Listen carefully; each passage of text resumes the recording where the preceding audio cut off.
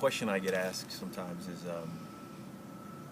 how do I know when God's speaking to me?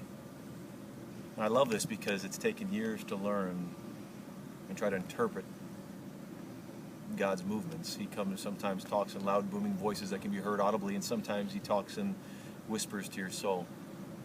I get asked this question by Christians that have been in the church for a long time, and it almost feels like we've lost the teachings of God actively speaking to us, not just through his word, but actually actively communicating to us.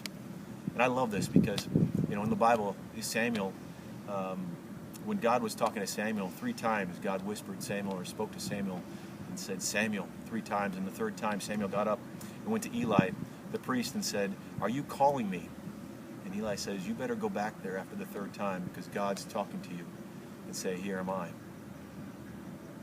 That's my question to you is, are you listening to that voice? If God were to speak in your ear, would you recognize God's call to you? Do you say, God, here am I?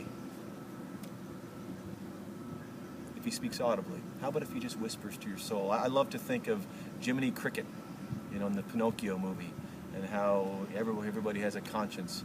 Well, if God's speaking softly, if you're not listening to the loud voice, if you're listening to the quiet ones, try listening to that voice. Try through prayer, saying, God, here am I. What would you have for me?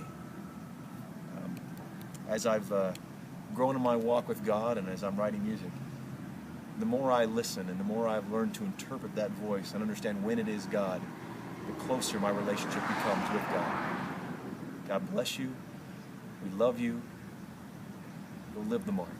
Amen. Use me any way you want to.